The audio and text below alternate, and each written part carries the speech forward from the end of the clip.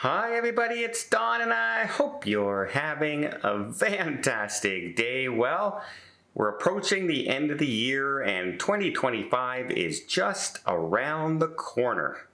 So I thought it's time to look forward to what kind of brand new, exciting cruise ships we have coming in 2025 and see if there's any that might just make you a little curious and excited to get on one of these ships next year.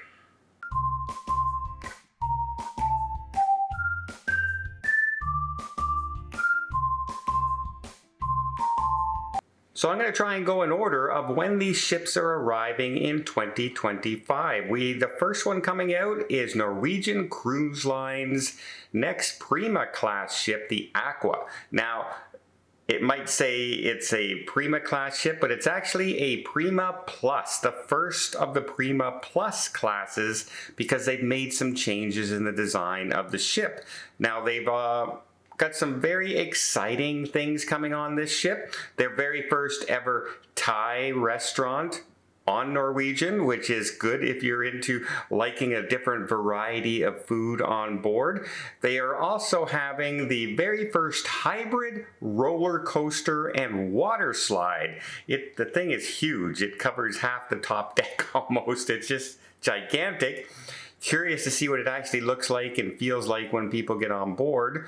And also you have the brand new Aqua class, which has now a 3-bedroom duplex, the first ever as well in the Haven on the Aqua. So they're making a lot of new changes on board.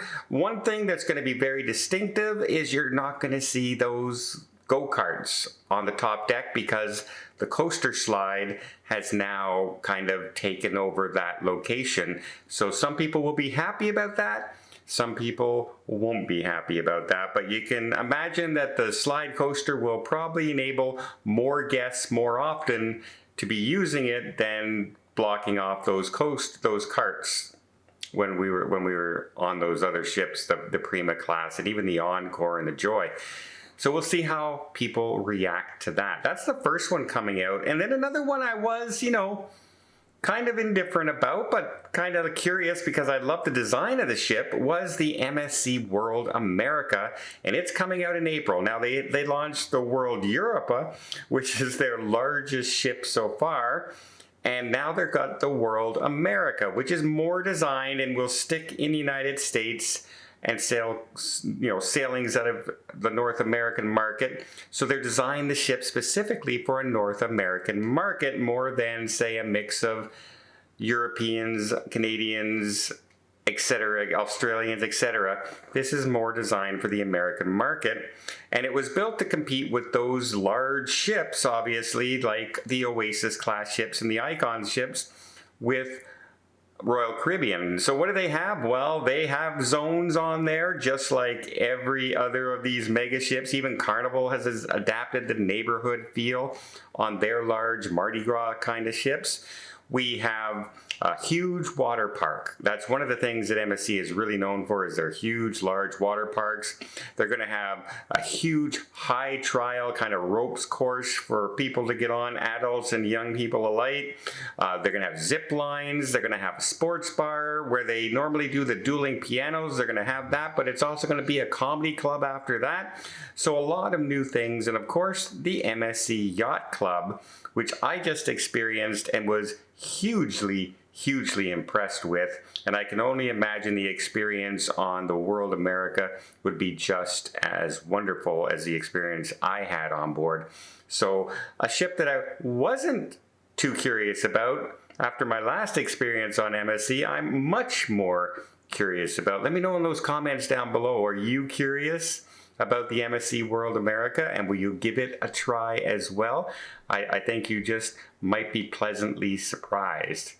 Following that, we have the next largest ship in the world, the Star of the Seas, the next Icon class ship. Now, not a lot is going to change from the Icon to the Star of the Seas. So some of the changes they're going to do is they're redoing the supper club, it's now going to be the Lincoln Supper Club.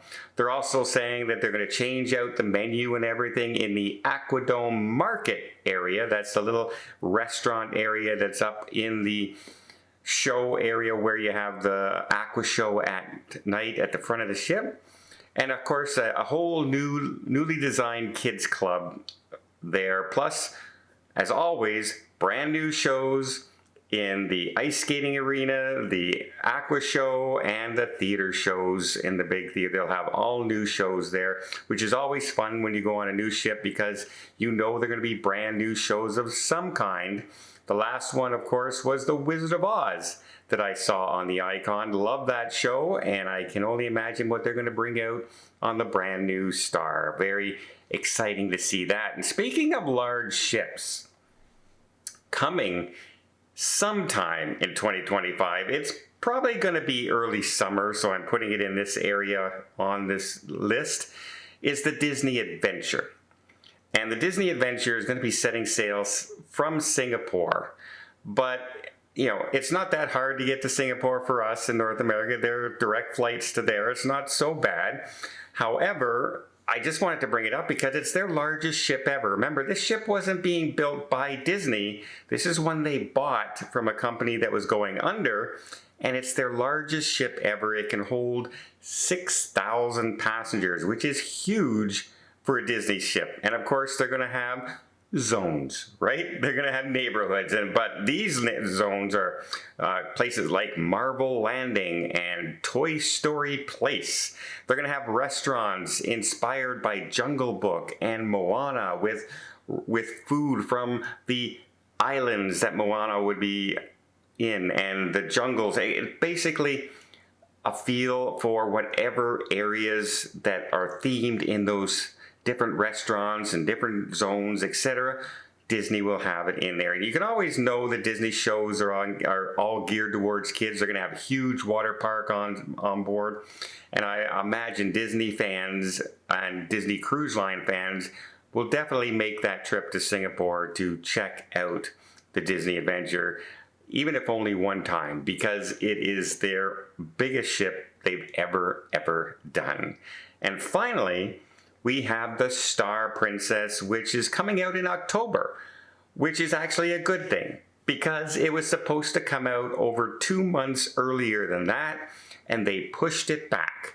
And I imagine they pushed it back because of the launch of the Sun Princess, when basically it really wasn't ready for passengers as far as the entertainment on board was concerned.